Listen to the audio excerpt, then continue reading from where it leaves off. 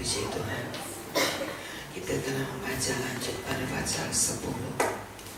Bagaimana Saul diurapi oleh Allah. Satu pilihan yang ditetapkan oleh Allah menjadi raja pertama dari orang Israel, dan Allah sendiri yang mengurapi Saul. Ada sesuatu yang sangat menarik di hadapan Allah. Bagaimana Saul menjadi seorang yang sangat bertanggung jawab. Kalau kita perhatikan dasar apakah yang dipakai Allah untuk memilih Saul. Ia seorang anak dari Kisi dan anak tunggal, merupakan seorang yang, kalau mau dikatakan, bukan orang bodoh, bukan orang miskin. Ia seorang yang disebutkan pada ayat yang kedua pasal 9. Orang ini adalah anak laki-laki, namanya Saul, seorang muda yang elok rupanya, dan tidak ada seorang pun dari antara orang Israel yang lebih elok daripadanya. Dan dari bahu ke atas ia lebih tinggi daripada setiap orang sebangsanya. Orang kaya, orang yang berada, begitu disebutkan. Tetapi hanya karena seekor keledai yang hilang, kita memperhatikan bagaimana Saul begitu bertanggung jawab, dan Saul pergi untuk mencari seekor keledai. Hanya karena seekor keledai, Saul pergi berhari-hari untuk mencari keledai itu.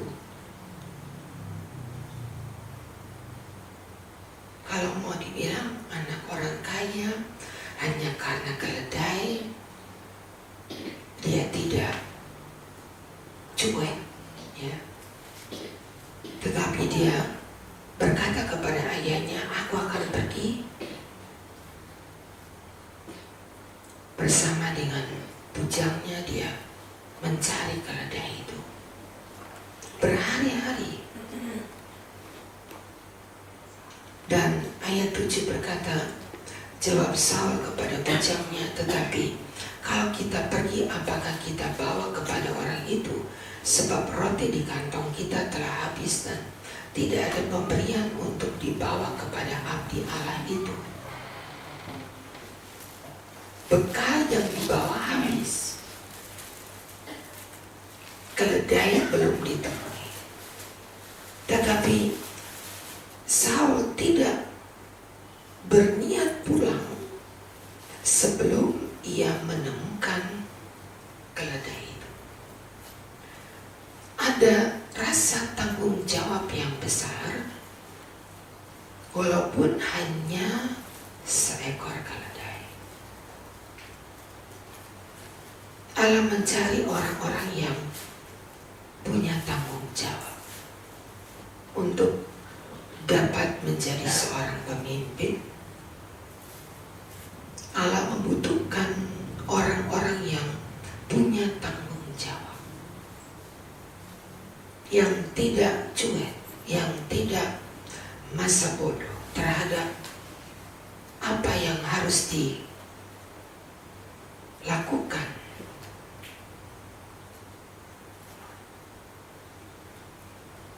Dan Allah melihat bahwa apa yang dimiliki oleh Saul tidak dimiliki oleh orang lain. Bukan hanya karena ditemukan ayat yang kedua tadi, dari bahu ke atas ia lebih tinggi. Dengan kata lain, kalau lihat perawakannya, Saul adalah seorang pemuda yang gagah,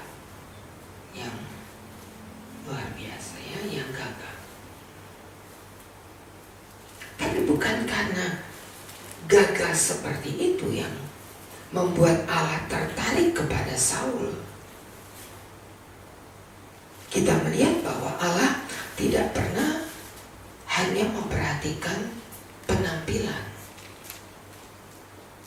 Gagahnya sih boleh, tetapi yang menjadi ukuran Allah, rasa tanggung jawab yang dimiliki oleh Saul, yang harus ada pada setiap pemimpin, mempunyai rasa tanggung jawab yang tidak hanya sekedar penampilan, tetapi ada rasa tanggung jawab. Dan kita dicari Tuhan ketika setiap kita punya rasa tanggung jawab. Yang diperlukan Allah adalah hati orang-orang yang punya tanggung jawab. Dicari oleh Allah. Karena orang-orang yang punya tanggung jawablah yang tahu melakukan pekerjaan Allah dengan baik. Hal kedua yang dibuat oleh Allah kepada Saul, pasal yang ke-10 ayat yang ke-6, pasal 10 ayat yang ke-6, silakan.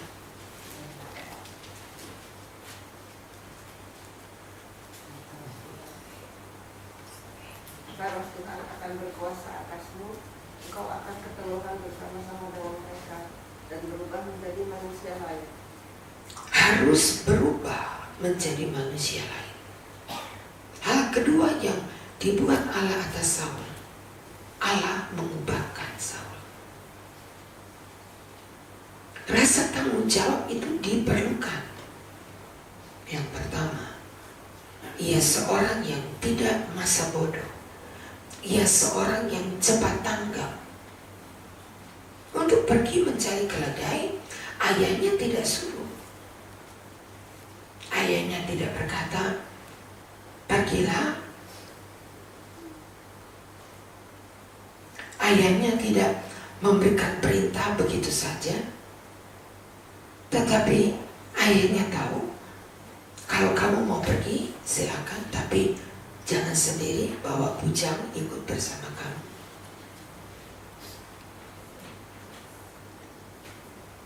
Hal kedua yang harus dilakukan Allah kepada Saul adalah mengubahkan Saul menjadi manusia lain.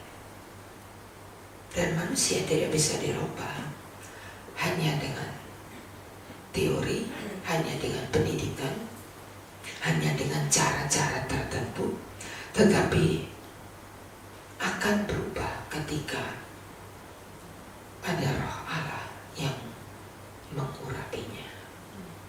Mazmur 103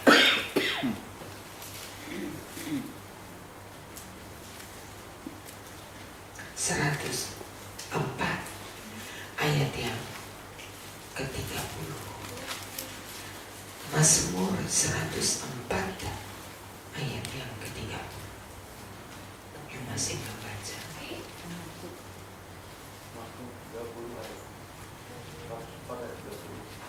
Apabila engkau memberi rohmu, mereka kita dan engkau memberi ilmu. Ada yang berubah ketika Roh Allah mengubahkan seseorang. Kita gak akan berubah jadi manusia lain, tidak. Akan sama dengan manusia semula.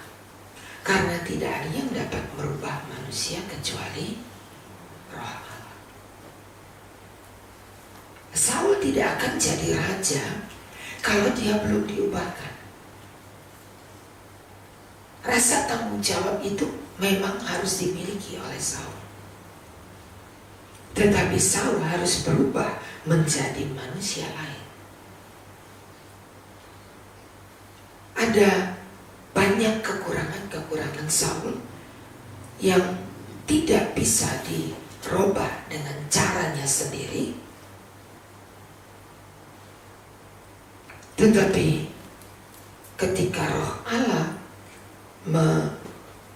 menguasai Saul, maka Saul menjadi seorang yang berkarakteristik Allah, mempunyai hati, mempunyai pikiran, mempunyai pola hidup yang diubahkan oleh Allah menjadi seorang yang berkenan kepada Allah.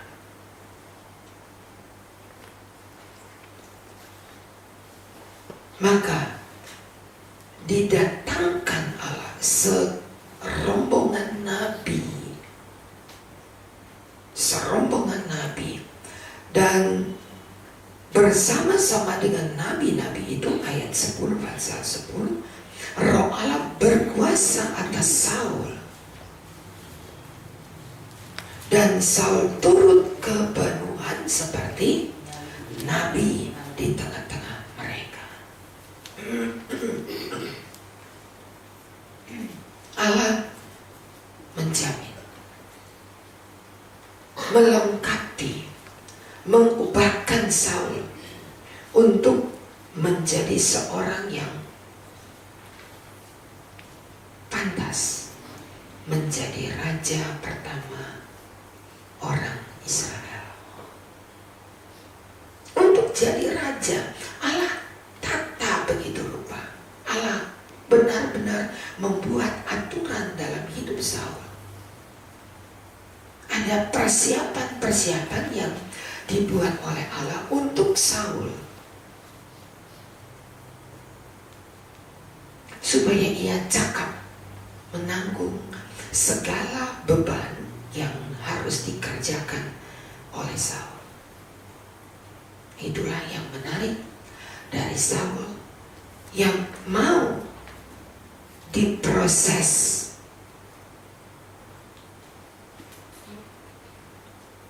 Allah punya cara untuk menjadikan seseorang berkenan di hadapan Allah dengan cara Allah. Allah cari orang-orang yang seperti Saul ini untuk melaksanakan pekerjaan yang dipercayakan kepada dia. Demikian pula Allah mencari kita. Dalam Yehezkiel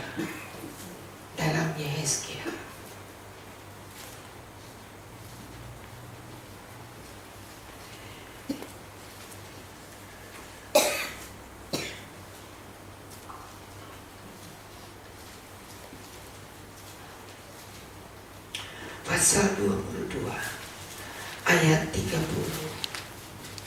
Yehezkiel 22 ayat 30. Aku mencari di tengah-tengah mereka seorang yang hendak mendirikan tembok atau yang mempertahankan negeri di hadapanku, supaya jangan kumusnahkan.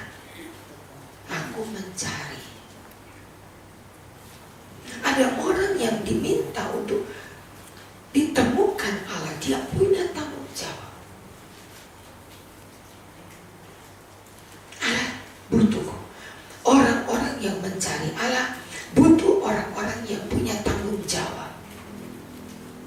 Allah butuh orang-orang yang tidak sekedar hanya tampil dengan penampilan yang meyakinkan, katakan begitu, tetapi butuh orang-orang yang punya tanggung jawab. Pekerjaannya di ayat 30, seorang yang hendak mendirikan tembok atau yang mempertahankan negeri. Ada kerja, ada tanggung jawab. Hidup ini membutuhkan tanggung jawab. Seorang ibu punya tanggung jawab menjadi seorang ibu bagi keluarganya. Seorang bapak, dia punya tanggung jawab. Tidak hanya sekedar saya kepala rumah tangga, saya bapak, saya laki-laki, tapi punya tanggung jawab. Seorang anak pun dia juga punya tanggung jawab. Hidup ini butuh tanggung jawab, saudara. Kalau anak-anak kita nggak punya tanggung jawab untuk bersekolah dengan baik, untuk belajar dengan baik,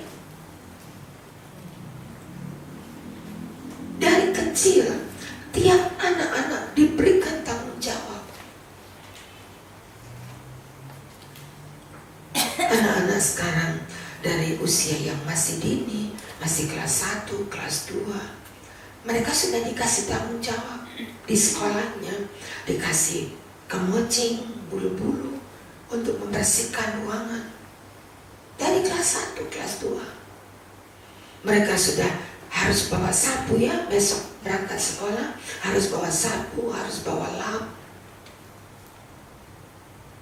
Ada yang dikasih tanggung jawab bawa taplak meja, harus yang dikasih tanggung jawab bawa bunga, harus yang dikasih tanggung jawab membersihkan papan tulis. Mereka diberi tanggung jawab dari kecil untuk melatih bahwa dalam hidup ini setiap manusia butuh tanggung jawab. Ada rasa punya tanggung jawab. Tergantung dari seseorang, apakah otak kirinya berfungsi. Bukan cuma otak kanan yang cuma diisi dengan ilmu, tapi otak kirinya. Rasa tanggung jawab itu dari otak kiri. Banyak orang cuek, bodoh amat, biarin aja. Karena otak kirinya kosong, gak diisi dengan tanggung jawab, dengan hidup bersama, dengan sosialisasi hidup. Jadi otak kirinya kosong. Barangkali otak kanannya nggak penuh-penuh amat juga. Tetapi Allah ingin kita punya kehidupan yang lengkap dengan rasa tanggung jawab. Dan itu harus ada. Di setiap kita harus ada.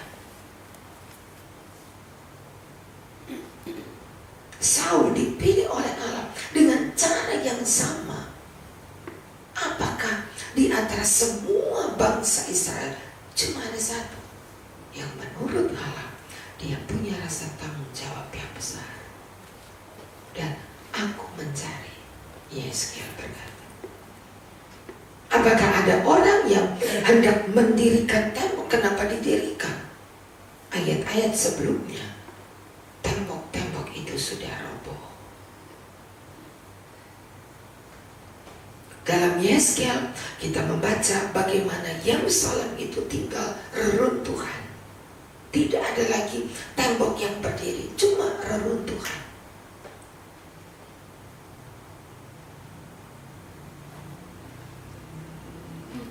Kitab Hagai berkata, semuanya sibuk dengan urusannya sendiri. Boleh dibaca sedikit, masih ada waktu. Kitab Hagai.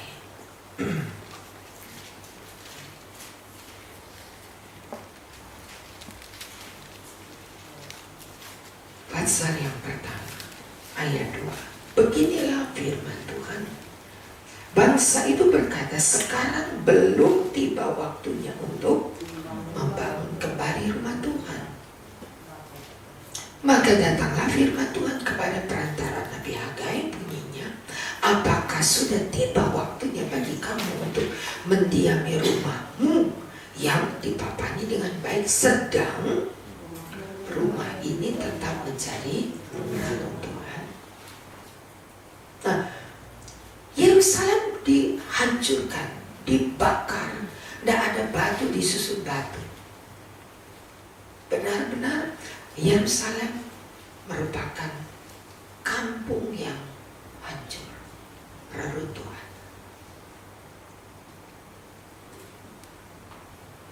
Pada ayat yang keempat, ditanya oleh Allah, apakah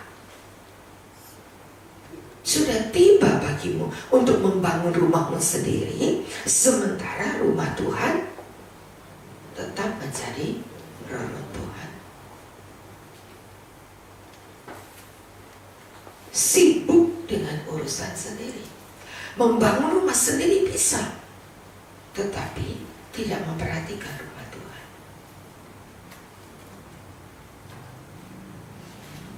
Mereka berkata, oh belum waktunya kita membangun kembali rumah Tuhan. Kita beresin dulu rumah kita masing-masing. Dan mereka sibuk dengan urusannya sendiri.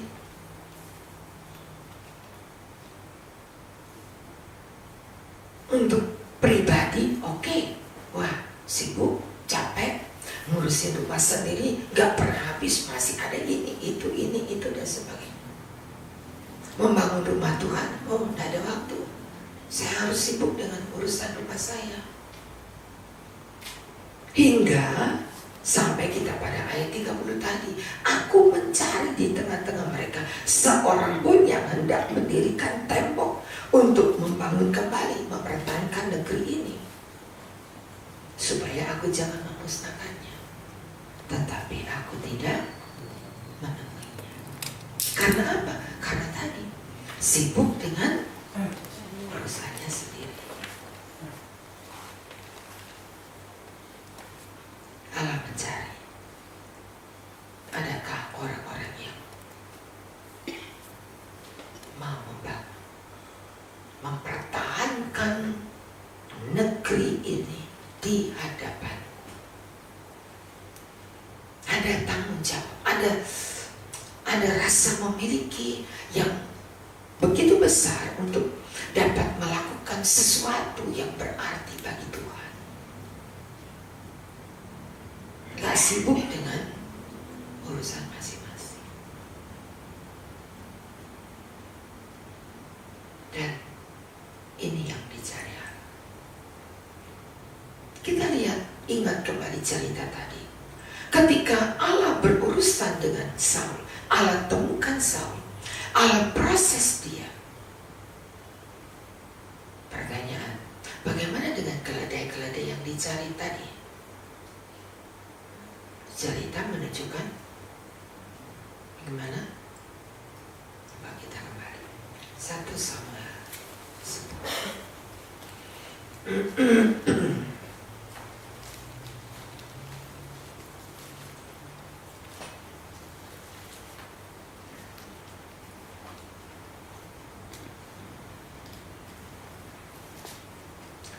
Pada 1 Samuel 9, lebih dulu pada 1 Samuel 9, ayat yang ke-20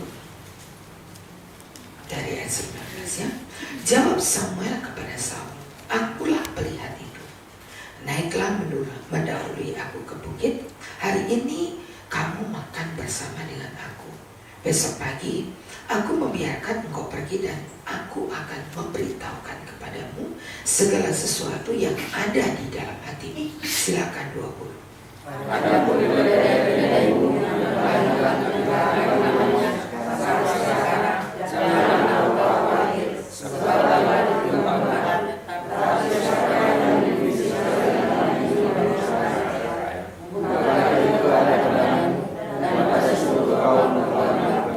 Bagaimana keledai yang dicari?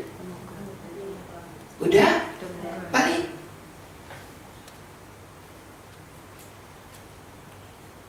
Kalau Allah beracara itu luar biasa.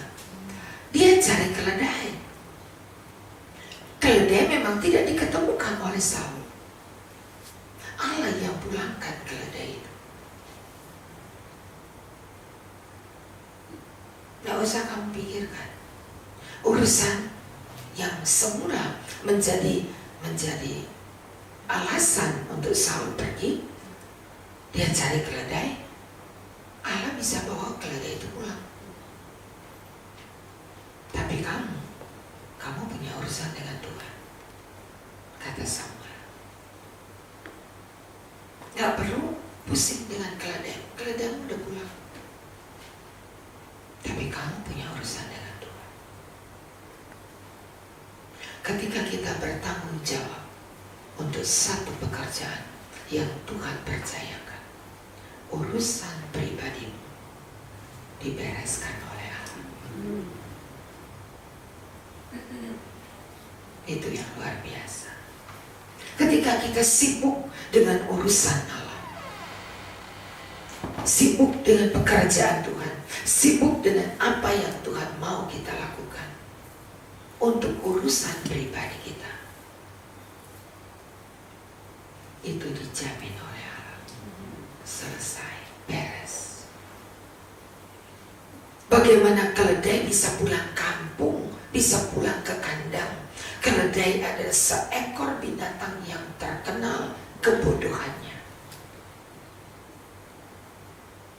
Tapi ada keledai bisa kembali pulang ke kandangnya, itu tidak masuk akal. Tapi bagi Allah tidak pernah ada yang sukar. Ketika kita sibuk dengan Tuhan, ketika kita sibuk dengan rencana Allah, ketika kita sibuk dengan urusin apa maunya Tuhan, kalau pakai kata bahasa tadi, mempertahankan negeri, mempertahankan pekerjaan Allah, melakukan apa yang berkenan kepada Tuhan untuk urusan pribadi kita, Allah yang urus kita. Itu sesuatu yang menjadi jaminan Allah. Terlalu gampang untuk urusin kebutuhan kita, cuma pangan, papan, pakai, itu saja. 3 hal ini yang menjadi kebutuhan manusia. Kata Matius 6 berkata, Bapamu yang di surga tahu apa yang kamu perlu. Sangat gampang bagi Tuhan. Untuk papan, pangan, pakai, cuma itu yang kamu perlukan. Sebagai manusia hidup cuma itu. Boleh penutup Matius 6.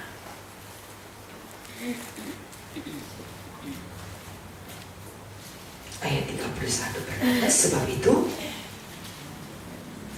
janganlah kamu khawatir apa yang akan kami makan, apa yang akan kami minum, apa yang akan kami pakai, sebab semua itu dicari bangsa-bangsa yang tidak mengenal Allah.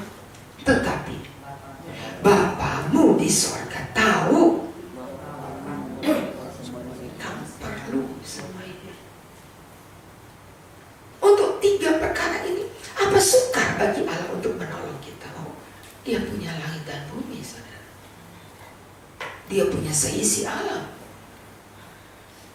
Apa sukarnya bagi Tuhan untuk memberikan setiap kebutuhan kita, pangan, papan, pakai, 3P, yang dengan mudah bisa disediakan Allah,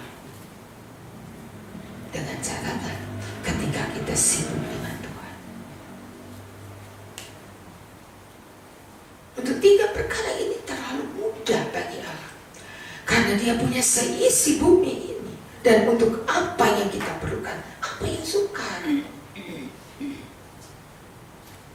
Tapi rasa tanggung jawab yang dimiliki oleh Saul terbukti.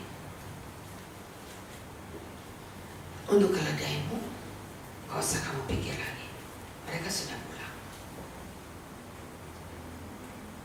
Dan untuk apa yang akan kamu kerjakan,